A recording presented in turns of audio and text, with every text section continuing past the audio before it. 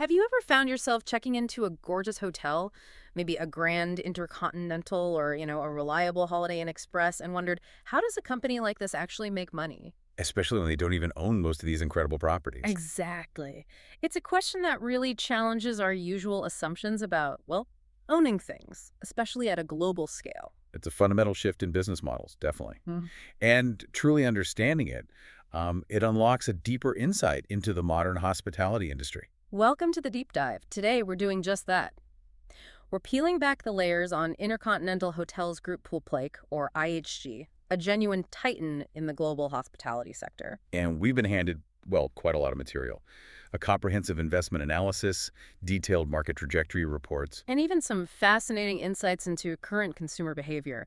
It's all focused on understanding what makes IHG not just tick, but truly thrive. Our mission today is to cut through the complexity of those sources Mhm. and extract the most important nuggets of knowledge for you. You'll walk away from this deep dive with a crystal clear understanding of IHG's unique business model, its strategic positioning in a rapidly evolving market. The key opportunities it's chasing and, importantly, the significant risks it navigates. Think of it as a shortcut to truly being well-informed. We're going to explore why IHG's financial performance is often so impressive, yet why it frequently trades at a discount compared to its closest US-based peers. There are some real aha moments in there. Definitely. Our journey today is built upon a detailed investment analysis report, which is then supported by numerous industry forecasts and competitive landscape reviews for the global hospitality market. It's rich with financial data, strategic insights, and critical market trends, giving us plenty to chew on. So let's jump right in. Okay, so to truly understand IHG, we need to unravel its fundamental operating philosophy. It's a global hospitality company, yes, but what really defines its business model?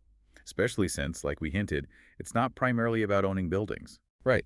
And what's truly fascinating here, and indeed what defines IHG's entire enterprise, is its predominantly asset-light structure. Asset light. Good. This isn't just industry jargon, it's the core engine of their strategy.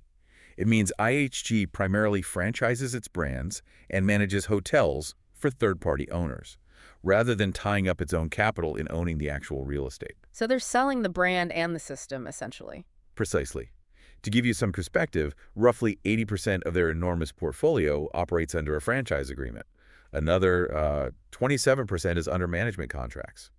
Wow. So ownership is tiny? Almost negligible in the grand scheme.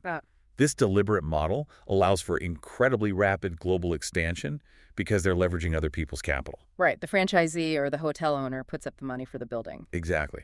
Imagine the astronomical capital expenditure and the associated balance sheet risk if IHG had to acquire the land and construct every single Holiday Inn or Intercontinental property themselves.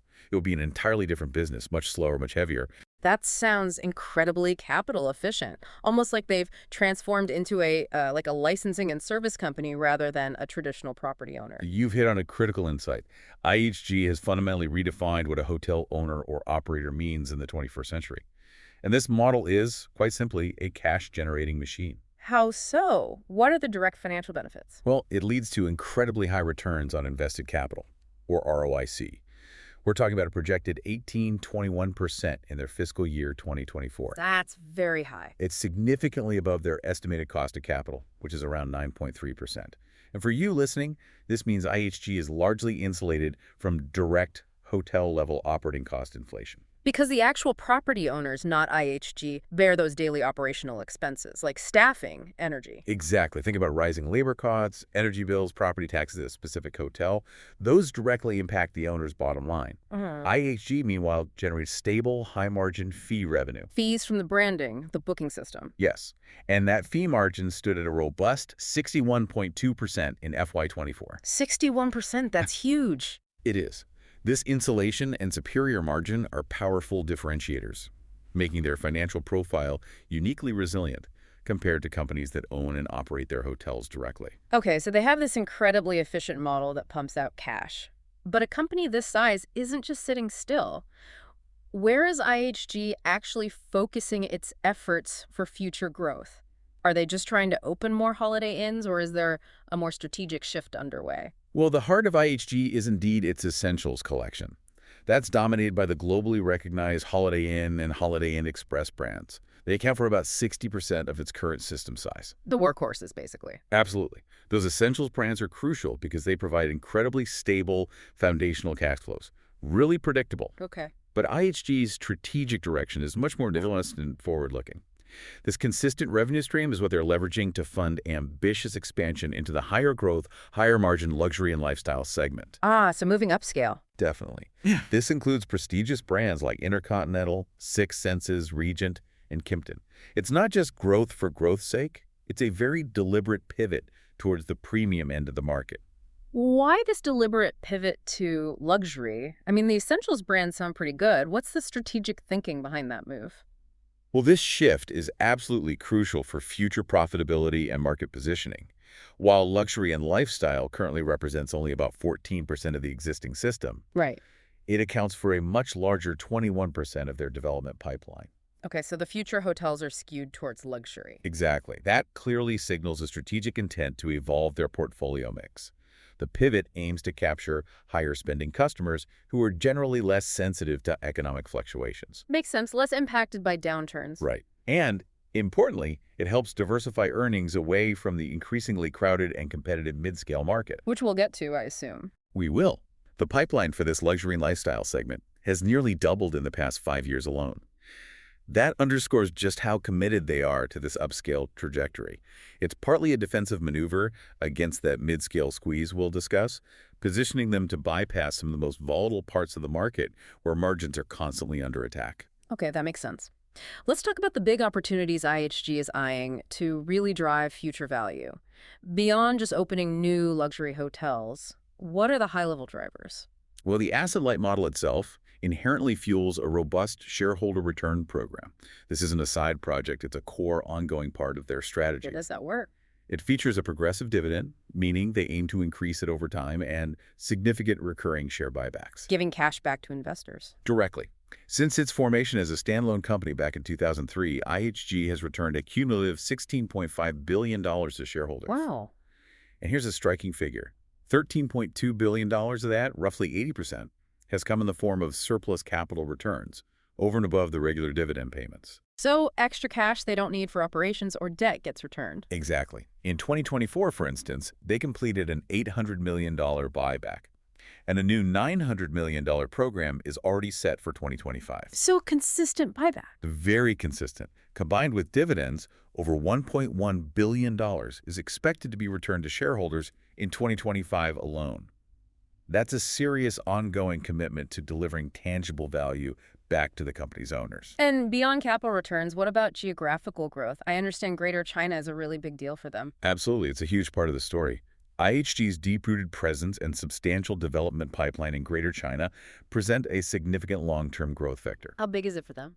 Well, the region already accounts for 20% of IHG's current system. Okay, 1/5. But a commanding 34% of its future development pipeline. Wow, over a third of future growth is planned for China. That's right. And what's even more telling is that more than 90% of those pipeline rooms are specifically in emerging second, third, and even fourth-tier cities. So not just Shanghai and Beijing. No, going much deeper into the country. This aggressive expansion is strategically poised to capitalize on China's rapidly expanding middle class and the rise in domestic travel. It offers a potentially long runway for growth as urbanization continues and disposable incomes rise there. It's a major calculated bet on that specific region's demographic and economic ascent. Okay, so we've covered the efficiencies, the luxury shift, shareholder returns, and this big China opportunity. But what's the flip side? Where are the major risks that could potentially derail IHG's plans or significantly impact its performance? Right, no strategies without risk. If we connect this to the broader industry picture, IHG's heavy reliance on the mainstream and mid-scale segments. Remember those essentials brands, the Holiday Inns, that form its backbone? Yeah, the 60% chunk. That exposes it to intense competition and, crucially, to the spending patterns of middle-income consumers. Who are more sensitive to the economy. Exactly. These consumers are, understandably, the most sensitive to economic fluctuations, inflation, uncertainty about jobs, you name it. This is what we refer to as the mid-scale squeeze. Okay, explain that a bit more. Squeezed from where? It means properties in the middle get pressured from both ends. From below, by more budget-friendly options and alternative accommodations. From above, by premium brands perhaps offering deals or just having more aspirational pull. The middle ground is tough. Got it. A persistent structural headwind, you called it. Precisely. And that other big piece, that bet on China, does it carry significant risk too? Is it a double-edged sword? It sounds like it could be. It absolutely is. That substantial strategic bet on Greater China, while a key opportunity, also represents the company's most significant idiosyncratic risk, meaning a risk specific to IHG compared to its peers. Why is that? Its financial performance is highly sensitive to the region's economic volatility and, of course, the geopolitical landscape. We saw this dramatically with RevPAR, that's revenue per available room, the industry's key health metric. Right. In Greater China, it declined by 4.8% in FY24.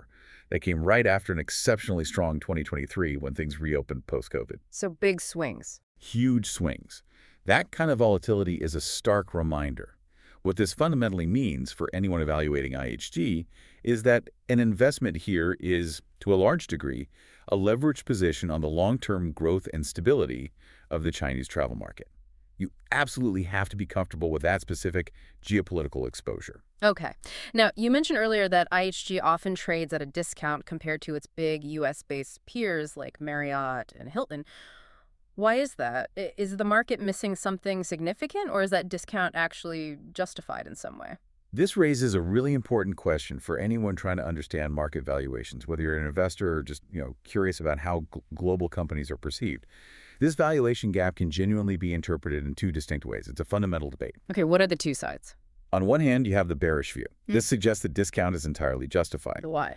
Proponents argue that IHG has historically shown a lower growth profile compared to its peers, for example, that FY24 RevPAR growth of 3.0% versus Marriott's, which was over 4.0%. Okay, slower growth. Slower top-line growth, yes. Also, its concentration in the mid-scale segment, while stable, is often seen as less desirable for future growth compared to a heavier weighting in luxury. And of course, that heightened geopolitical risk in China undeniably weighs on its valuation. Investors demand a higher risk premium for that exposure. So this perspective suggests the market is rationally factoring in those perceived weaknesses and risks. Makes sense. Exactly. But then there's the equally compelling bullish view, Which argues? which argues the discount is unwarranted. Proponents here contend that the market simply underappreciates IHG's superior profitability. Look at that remarkable 61.2% fee margin and consistently high ROIC of 18-21%. Those numbers are impressive. They're arguably best-in-class metrics. They also highlight its strong, consistent shareholder return program, which provides a tangible, dependable component of total return to investors, something that maybe gets overlooked sometimes. And the China risk. The bulls might suggest the market is overstating the risk premium for the China opportunity. They might argue the market is potentially underestimating its immense long-term growth potential once current economic headwinds eventually subside. So it's a tension between perceived risk and proven profitability. Precisely. It sounds like a really fundamental debate. And your perspective on those points, whether you lean towards the bearish or bullish argument, would truly shape your view of IHG's attractiveness as, say, an investment. Let's zoom out a bit now and look at the broader industry dynamics. Where does the global hospitality market stand today, beyond just IHG? What's the big picture of travel in this kind of new era? Yeah, good idea.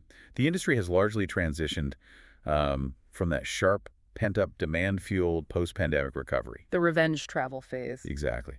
Into a new era of what we'd call normalized growth. The global market size was estimated at a staggering $5.24 trillion in 2024. Trillion, wow. And it's projected to grow at a compound annual growth rate, or CAGR, of about 6.1% to reach $7.01 trillion by 2029. So still growing nicely, but maybe not exploding like it was right after lockdowns lifted. Precisely. The pace is moderating. We're now much more tethered to fundamental economic conditions, things like GDP growth, inflation rates, consumer confidence, not just that surge of pent-up demand. The honeymoon period is over, you could say, and we're back to fundamental business drivers. So steady growth, but not explosive. What's fundamentally driving consumer behavior in this new, more normalized era of travel? What kind of trips are people actually taking now? Well, what's truly fascinating here is the convergence of business and leisure travel. You had the term bleisure thrown around a lot. Leisure, right, blending business and leisure. Exactly. Industry experts consistently rank this as the most significant growth niche, and it's largely driven by the widespread adoption of more flexible working policies, remote work, work-from-anywhere type setups. Makes sense. People adding a few vacation days onto a work trip or working from a vacation spot. That's it. In 2024, business travel spending was actually projected to grow by nearly 19%, outpacing leisure's 11% rise. Interesting. So business travel is bouncing back strong. It is, but often in this blended way. Data from Hilton, for example, shows 46% of global workers plan leisure trips, and it's led by younger generations. 53% of both Gen Z and millennial employees say they do this. Okay. This isn't just a quirky trend, it's a structural shift. It's increasing the average length of stay at hotels and creating demand for properties that can seamlessly accommodate both work needs, reliable Wi-Fi, quiet spaces, and relaxation needs, all within a single trip. Yeah, I can definitely see that. Who hasn't tried to sneak in a work call from a slightly nicer location these days? Right, so that's a big driver. What about traditional leisure and corporate travel? The purely vacation trips or the purely business trips? How are those segments performing? Well, leisure travel, which initially fueled that incredible post-pandemic recovery as people rushed to make up for lost time. The bucket list trips. Yeah, that's expected to moderate now. Consumer savings, which were built up during the pandemic, are gradually being drawn down. People have, for the most part, taken those initial big revenge trips. Okay, so leisure normalizing. Right. Concurrently, corporate, group, and international travel segments that had a much slower recovery initially due to lingering restrictions and maybe corporate caution. Big conferences, international sales meetings. Exactly. Those are now accelerating robustly. This is creating a much more balanced demand mix across the industry. We're moving away from that heavily leisure-dominated period of the last few years and returning to a more diversified base of travelers. Okay. Now, you mentioned the mid-scale squeeze earlier as a risk for IHG. Can you elaborate on how different hotel segments are performing across the industry? How is that squeeze really playing out? Absolutely. A clear and persistent trend we're seeing across the industry is this bifurcation of performance. Bifurcation, meaning splitting in two. Essentially, yes. Yeah. The market is splitting into two strong ends, and that puts pressure on everything caught in the middle. How so? Luxury hotels have consistently outperformed. They're leveraging strong demand from high-income households who are generally much less sensitive to inflation or economic wobbles. They can afford it. Right. This gives luxury properties significant pricing power, allowing them to pass on costs and maintain margins. In the U.S., for example, luxury hotel RevPAY grew by a robust 7.1% year-to-date through April 2025. Okay, luxury is strong. What about the other end? The economy segment, the budget end, is proving remarkably resilient. This is often because of its lean operating models and its inherent appeal to budget-conscious travelers, especially during uncertain economic times. They represent fundamental value. So luxury does well because people can afford it. Economy does well because people need affordability. Precisely. Which leaves the mid-scale segment truly caught in the middle of these two strong forces. Squeezed. Exactly. These mid-scale properties lack the pricing power and the distinct brand exclusivity of luxury. And they face intense competition from both above, maybe from premium brands offering promotions, and from below, from budget options and the ever-present alternative accommodations like Airbnb. Right, they don't have the wow factor or the absolute lowest price. Correct. They are highly exposed to the discretionary spending of middle-income households, the demographic most affected by inflation, stagnant wages, and overall economic uncertainty. Is there data backing this up? Yes. STR data, a key industry benchmark, confirms this pressure. It showed that in early 2024, demand losses were disproportionately concentrated in the economy, mid-scale, and upper mid-scale hotel classes. Meanwhile, upper-tier properties continued to see demand growth. Wow. So a clear divergence. A very clear divergence. This mid-scale squeeze represents a significant and persistent structural headwind for any operator, including IHG, that has a heavy concentration in this segment. It's a tough place to be right now. Okay. And the global recovery, you mentioned it wasn't uniform. Different regions must be seeing very different dynamics play out. No, it's definitely geographically uneven, which is really important for a global player like IHG to navigate. While regions like the Americas, Europe, and the Middle East have largely recovered and even surpassed their 2019 RevPAY levels. So they're back to pre-pandemic levels or better? Mostly, yes. But the Asia-Pacific, or APAC region, notably lagged behind for a significant period. This is mainly due to more stringent and prolonged travel restrictions, particularly in China. Right. China's reopening was much later. Much later. However, the forecasts for 2025 point to a significant reversal. APAC is now expected to lead global growth. Why the change? It's primarily driven by the continued strong recovery of outbound travel from mainland China. That has been the major missing piece of the global travel puzzle for a couple of years. So China coming back online is boosting the whole APAC region. Massively. And what's the outlook for the crucial U.S. market? It's been a strong performer for many global brands, hasn't it? It has. But growth in the Americas, particularly the U.S., is expected to be more subdued compared to APAC now. U.S. RevPAR is forecast to grow by a modest 2% in 2025. Only 2%. Why so low? It's influenced by factors like decelerating GDP growth and persistent inflation, which impacts consumer spending power. Europe's outlook remains positive, but growth there is likely to moderate after a very strong 2024, which was bolstered by major events like the Paris Olympics. So different regions are recovering at different speeds. Exactly. This desynchronized recovery means that the full normalization of global travel volumes, a truly uniform industry rebound, hinges significantly on the continued stability and strong rebound of the APAC region, particularly China. Okay. Beyond these demand shifts and regional differences, what are the persistent structural challenges, the headwinds that the entire hospitality industry continues to face, even for established players like IHG? Right. There are several significant structural challenges that aren't going away anytime soon. First, alternative accommodation providers like Airbnb remain potent competitors. Still a big factor. Very much so, particularly in the leisure segment.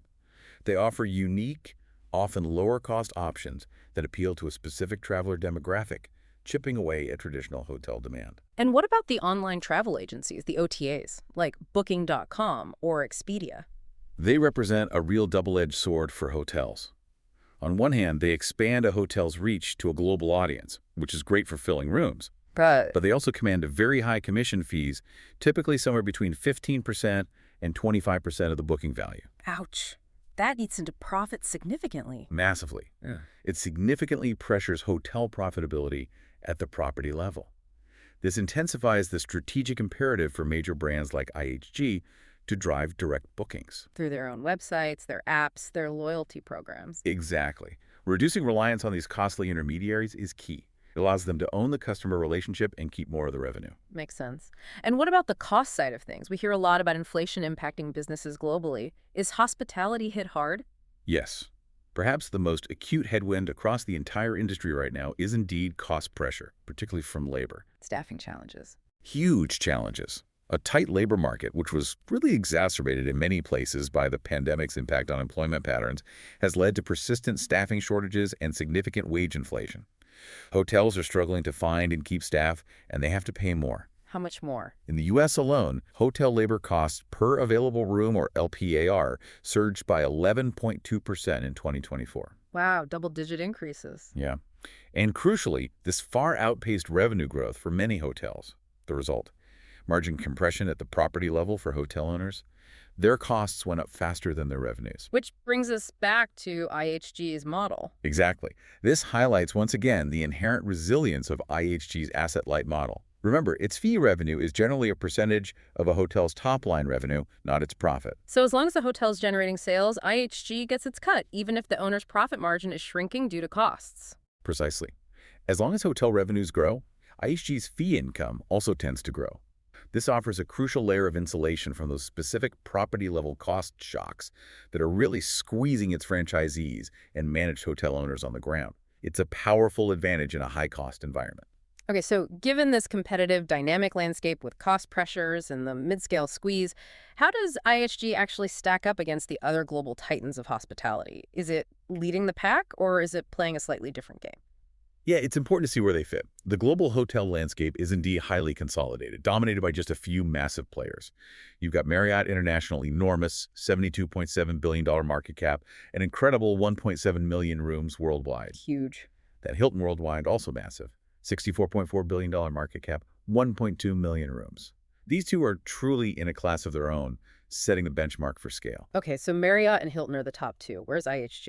IHG, with its $18.5 billion market cap and just over 1.0 million rooms, is certainly a formidable global player, a true titan in its own right, no question. Still, 1 million rooms is massive. It is. However, it's clearly the third largest among its primary Western-based competitors, both in terms of absolute scale and, if you look at recent data, growth momentum. How so? Well, for example, in FY24, IHG's RevPAR growth was 3.0%, and its net system growth was 4.3%. In contrast, Marriott saw over 4.0% RevPAR growth and 6.8% net rooms growth. Hilton posted 7.3% net unit growth, though its RevPAR growth was a bit lower at 2.7%. So IHG is growing, but maybe not quite as fast as Marriott on some key metrics. Right, so while IHG is very strong and highly profitable, it does lag its top U.S. peers on some key growth metrics. It suggests it's fighting hard in a very competitive space to close that gap. So it's a global titan, but perhaps number 3 in that specific peer group. What then gives IHG a truly sustainable competitive advantage? Its moat, as analysts like to say, that protects it from that intense competition and allows it to maintain its strong profitability despite maybe slightly slower growth. That's the crucial question. IHG possesses what looks like a wide and durable economic moat built on 3 clear and powerful pillars. Okay, pillar 1. First, there are its intangible assets, specifically its brand strength. The Holiday Inn brand family, for instance, is not just a name. It's one of the most recognized and trusted names in global lodging. Everyone knows Holiday Inn. Exactly. It's synonymous with comfort and value for millions of travelers. This decades-old brand equity creates significant consumer pull, it grants them pricing power, and it fosters immense guest loyalty, which translates directly into repeat business. And it's not just Holiday Inn anymore, right? No, absolutely not. And don't forget the growing portfolio of luxury brands like Intercontinental Six Senses, Regent, Kimpton. These further strengthen this intangible asset by attracting higher-value customers who are often less price-sensitive and more loyal to aspirational experiences. These brands are like global currencies for travelers seeking quality. Okay, strong brands. Pillar number 2. The second pillar is cost advantages, driven by sheer scale.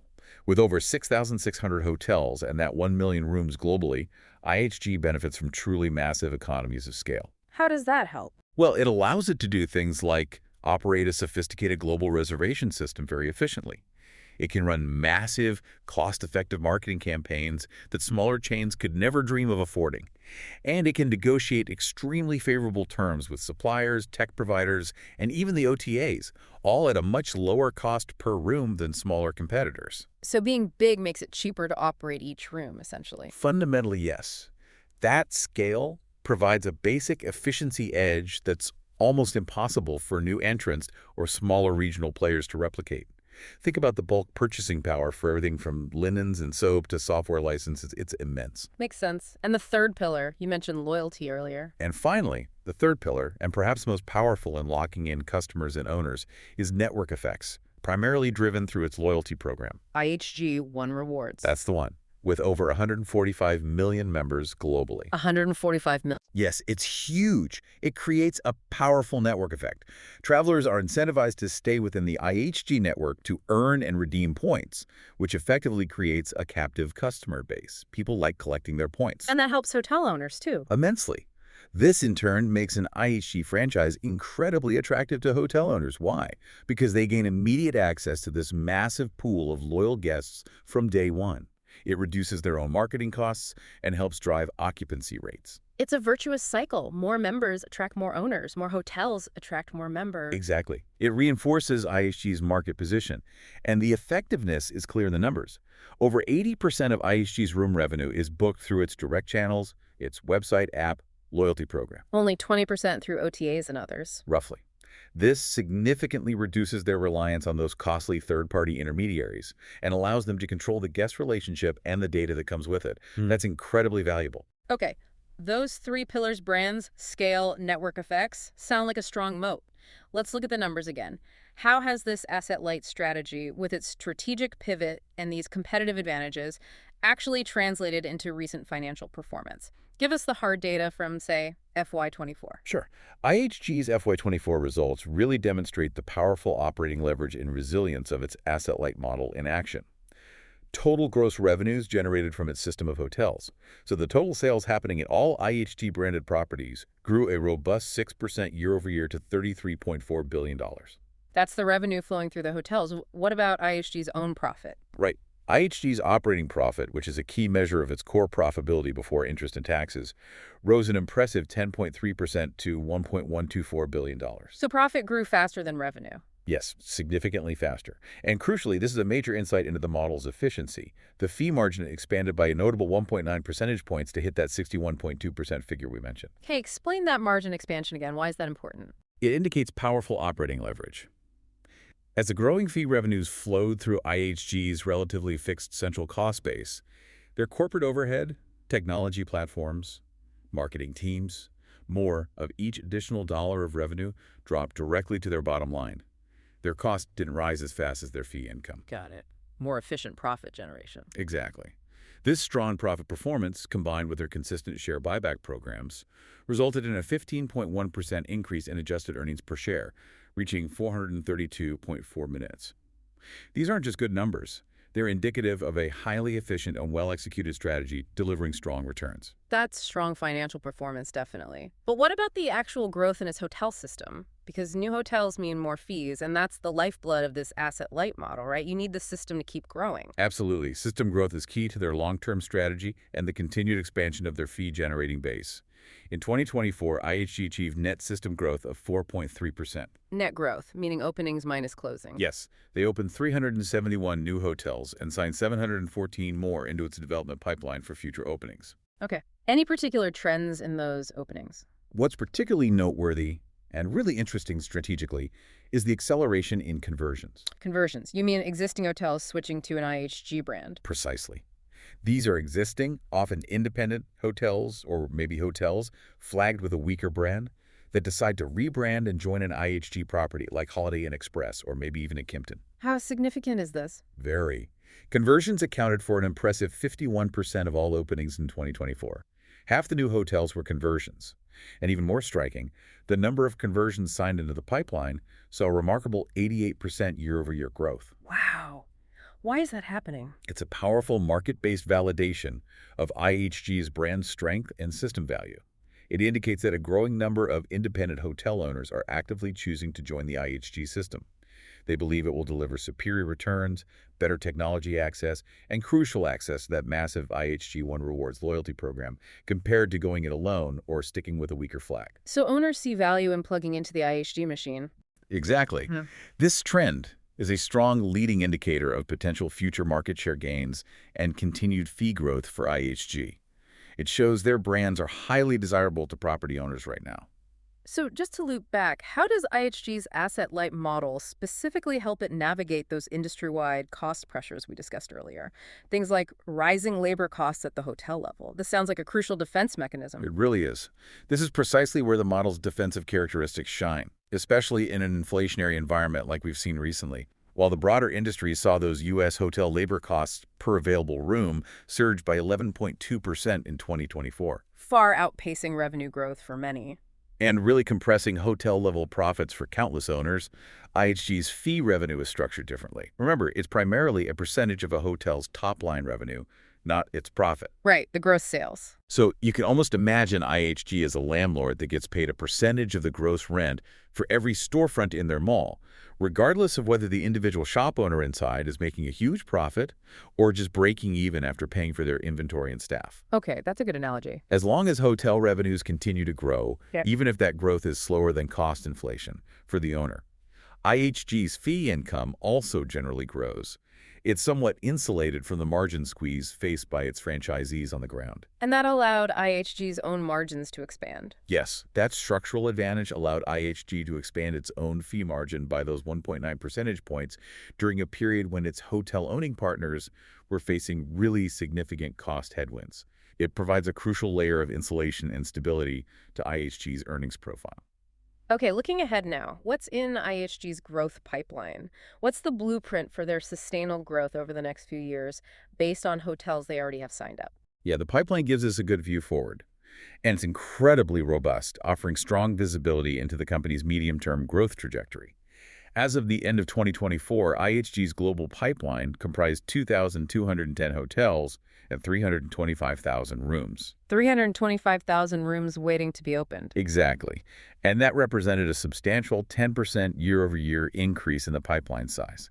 By mid-2025, This had expanded further to around 338,000 rooms. How does that compare to their current size? This substantial pipeline represents approximately 33–34% of the company's current system size. Wow, about a third of their existing footprint is already in development. Right, which provides a solid foundation mathematically for a sustainable mid-single-digit annual net unit growth rate for the foreseeable future. It's a clear indicator of sustained expansion plans. And what does the composition of this pipeline tell us about their strategic direction? Is it just more of the same, or is it really accelerating that shift to luxury and other specific segments we talked about? It definitely confirms and I'd say accelerates the strategic shift we discussed. Geographically, the pipeline is almost evenly split, which is interesting. 34% in the Americas, 32% in EEAA, that's Europe, Middle East, Africa, and Asia. Okay. And 34% in Greater China. So geographically balanced. But what about by brand type? That's where the real story is. Yeah. By brand segment, it's heavily weighted towards the higher value luxury and lifestyle collection. Remember, that's only 14% of the current system. Right. It represents 21% of the pipeline. Okay, much bigger slice of the future pie. Exactly. And the Suites collection brands catering to extended stays is also significantly overrepresented. It's 11% of the pipeline versus only 9% of the current system. So the pipeline clearly shows a strategic focus on luxury, lifestyle, and suites. Absolutely. This mix clearly indicates a strategic and decisive move towards what they see as more profitable, higher growth segments. It's about evolving the portfolio center of gravity towards premium and extended stay offerings, away from potential stagnation in the traditional mid-scale. So beyond just the pipeline numbers, what are the key strategic pillars guiding IHG's future overall? What are the overarching goals management is focused on driving? Management has articulated 4 clear strategic pillars that guide their actions and investments. First is growing brands, Which means? expanding the global footprint of its entire portfolio, naturally, but with that particular emphasis on the luxury and lifestyle segment. That segment saw an impressive 133 openings and signings combined in 2024 alone. Okay, grow the brands, especially luxury. What's second? Second is expanding in priority geographies. This involves deepening penetration in specific high-growth markets like India, Japan, Saudi Arabia. And of course, aggressively pursuing opportunities in Greater China, as we discussed. Exactly. China remains central there. Third is strengthening owner returns. Why is that a separate pillar? Isn't that just the result of the model? It's crucial to actively support it for the asset-light model to work long-term. It involves IHG investing in its central commercial and technology platforms to drive high-value, direct bookings for the owners, but at a lower acquisition cost than owners could achieve themselves. This makes IHG franchises even more attractive compared to going independent or signing with a competitor. They need to keep owners happy and profitable. Keep the franchisees successful so they keep paying fees and maybe build more hotels. Precisely.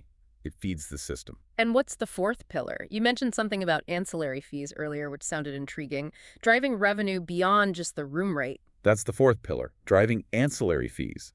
This means actively developing new revenue streams beyond the traditional room fees and management fees to enhance overall profitability for both IHG and its owners. Like what, for example? Well, it could involve anything from enhanced loyalty program tiers, offering exclusive experiences or benefits for a fee, to partnerships with local tour operators or attractions bundled into stays, or even developing new standardized dining concepts, grab-and-go markets, or wellness packages that can be rolled out across brands and generate additional high-margin revenue streams beyond simply booking the room. Getting more spend from each guest. Right. And a key enabler for all of this, especially strengthening owner returns and driving ancillary fees, is digital transformation.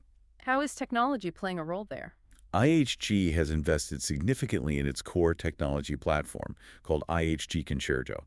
This integrates various hotel applications and powers a next-generation guest reservation system and makes things smoother for guests and owners. And they're using AI now, too. Yes, in 2024, they announced an expanded partnership with Google Cloud to integrate generative AI into their mobile app. What will that do? The aim is to create a smart travel planner that can personalize the booking experience, offering tailored recommendations, maybe suggesting activities or room upgrades based on past behavior or stated preferences.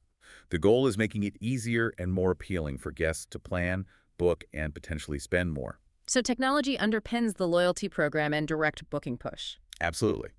These investments are designed to strengthen the IHG One Rewards loyalty program, make the direct channel more attractive than OTAs, and ultimately drive more direct, high-value revenue for everyone in the system.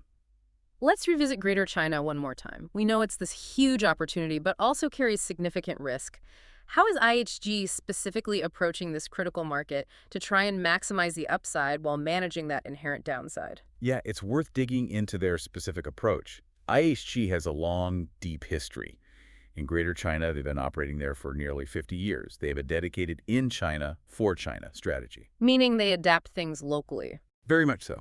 This isn't a superficial approach. Yeah. It includes tailored brands like UALUXE, which was designed specifically with the Chinese travelers' preferences in mind. It also involves a flexible franchise plus model to accommodate local ownership structures and regulatory nuances. Okay, so local adaptation and the scale there.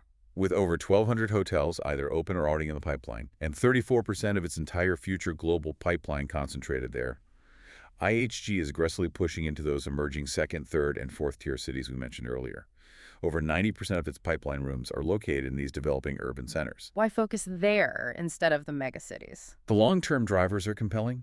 A rapidly growing middle class with rising disposable incomes in these cities, and remarkably low penetration of branded hotels compared to Western markets or even China's Tier 1 cities. There's just more room to grow, a longer runway for significant, potentially multi-decade expansion. They're definitely playing the long game there. That sounds like a clear, targeted, and deep-rooted approach. But what does this heavy concentration mean for the risk profile you highlighted earlier? How does that long game in China actually play out in terms of volatility and potential impact on IHG? Well, this heavy concentration in Greater China undeniably makes IHG's earnings and growth profile highly sensitive to the health of the Chinese economy and, inevitably, to geopolitical factors. We can't ignore that. And the RevPAR swings show that sensitivity. Exactly. The region's RevPAR has shown extreme volatility, swinging dramatically from that 43.2% year-on-year surge in Q3 2023 as the country finally reopened fully, To a sharp 10.3% decline in Q3 2024, just a year later, amidst economic headwinds and perhaps some base effects. Precisely. That kind of volatility is a stark reminder of the inherent risk. It implies that IHG's overall performance is likely to be more highly correlated to macroeconomic and political developments within China than that of its more geographically diversified peers, like Marriott or Hilton, who have large presences there, but maybe not quite the same pipeline concentration. So if you're looking at IHG, you really need to have a view on China's future. You do. It's something for you to consider seriously when evaluating the company's overall risk exposure and potential future performance. The upside is huge, but the volatility is real. Okay. Beyond growth strategies, how does IHG manage its capital structure, its debt, and how does it prioritize returns to shareholders? Is there a clear framework for that decision-making process? Yes, they're quite clear about this. IHG maintains a remarkably strong balance sheet, evidenced by its investment-grade credit rating. This provides crucial financial flexibility, especially in a cyclical industry. How do they manage debt? They proactively manage their leverage, their debt levels, within a specific target range, 2.5x to 3.0x net debt relative to adjusted EBITDA. Currently, it stands at a conservative 2.3x, below the target range. So they have room to borrow if needed, but generally keep debt moderate. Exactly. This conservative leverage profile gives them a significant cushion against economic downturns and allows them the flexibility to invest when opportunities arise or ramp up buybacks. And what about the actual capital allocation framework? How do they decide what to do with the cash the business generates? Is it just CEO discretion? No. Management adheres to a clear, three-tiered capital allocation policy. It's very disciplined, almost like a waterfall or a set of priorities. Okay, what's tier one? The first priority is always to invest in the business. This means reinvesting capital expenditure into those critical technology platforms like IHG Concerto, into ongoing brand development and refreshment, and into other organic growth initiatives needed to ensure future expansion and competitiveness. Keep the core strong. Makes sense. Priority two. The second priority is a sustainable ordinary dividend. The goal here is to pay a progressive dividend, one that ideally grows over time, broadly in line with the long-term growth in earnings. This provides a reliable income stream to shareholders. Okay, invest, then pay a growing dividend. What's left after that? And finally, the third tier is the return of surplus capital. If, after funding investments and the dividend, there's excess cash generated and the company's leverage is below their target range, which it often is. Then they return that extra cash to shareholders. Exactly. And typically they do this through large recurring share buyback programs like the $800 million and $900 million ones we mentioned. So it's a very clear hierarchy. Very clear and disciplined. This framework truly balances reinvestment for future growth with direct, consistent shareholder returns. It's designed to create a robust, long-term value creation strategy for their investors. Let's talk about the people running the show. Who leads IHG, and what about its corporate responsibility and ESG commitments? In today's world, that's becoming an increasingly important aspect for investors, employees, and consumers alike. Yeah, absolutely. The company is led by CEO Eli Malouf. He was appointed relatively recently in July 2023, but importantly, it was an internal promotion. He was previously CEO of the Americas region for IHG. So someone who knows the business well suggests continuity. Exactly. It often signals a commitment to strategic continuity from within. He's joined by CFO Michael Glover. This kind of internal promotion strategy often points towards a stable corporate culture and a well-understood strategic direction. And governance and ESG. IHG adheres to the rigorous UK Corporate Governance Code, which sets high standards for board oversight and transparency. And they demonstrate a strong commitment to ESG, environmental, social, and governance factors through their Journey to Tomorrow plan. What does that involve? This plan sets specific, quantifiable, long-term targets covering critical areas like decarbonization across their hotels, positive community impact in the places they operate, and fostering diversity and inclusion within their own workforce, and also across their vast network of franchisees. Are these efforts recognized externally? They seem to be. These efforts are recognized by third-party rating agencies. Sustainalytics, for example, a well-known ESG rater, has given IHG a low-risk ESG rating of 18.0. What does that mean? It places IHG favorably within its industry group, suggesting relatively strong management of its material ESG risks compared to its peers. It's clear they understand that sustainability isn't just a nice-to-have add-on anymore, but an integral part of long-term business resilience and reputation management. Okay, good to know. Finally, let's bring all the potential downsides together. What are the major risks that could genuinely impact IHG's strategic objectives, or even its long-term viability? What should an informed observer really be aware of? Right, wrapping up the risks. IHG identifies several principal risks in its own reporting that you should definitely be aware of. First, and fundamentally, cyclical risks. The nature of the hotel business. Exactly. The hotel industry is inherently highly sensitive to the broader economic cycle. Downturns, recessions, or prolonged periods of high inflation can significantly reduce discretionary spending on both leisure and business travel.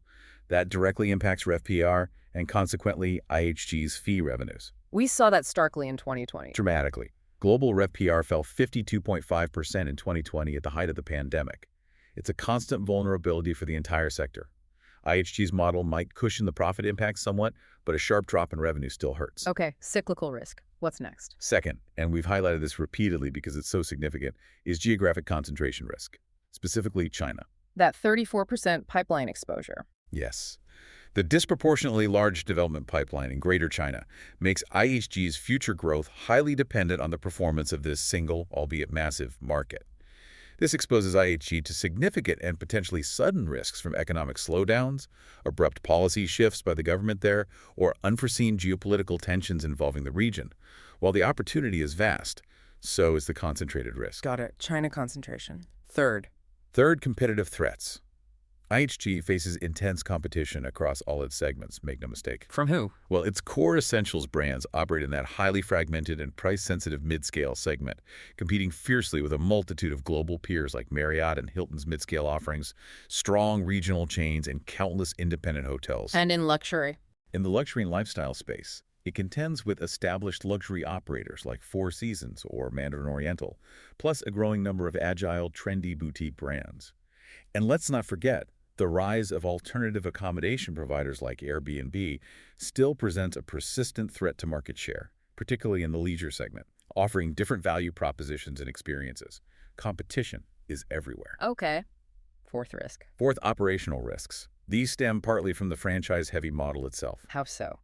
While financially efficient, it means IHG has less direct day-to-day control over operations at the property level compared to a company that owns and manages all its hotels. There's always a risk of inconsistent execution. Meaning a bad experience at one Holiday Inn could hurt the whole brand. Potentially, yes. A failure to rigorously enforce brand and quality standards across thousands of independently operated hotels could lead to inconsistent guest experiences and, over time, cause long-term damage to its precious brand reputation, which is arguably its most valuable intangible asset. How do they manage that? IHG employs robust audit systems, brand compliance teams, guest satisfaction monitoring, and performance incentives for franchisees to mitigate this. But it's a constant balancing act between franchisee independence and brand consistency. Any other operational risks? Yes. Additionally, like any large data-intensive business today, cybersecurity attacks and data breaches are significant operational risks. A major breach could result in substantial financial losses from fines or lawsuits and cause severe reputational harm if guest data is compromised.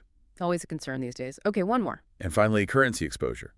As a UK-domiciled company that reports its consolidated financials in US dollars, but operates hotels and earns fees in over 100 countries.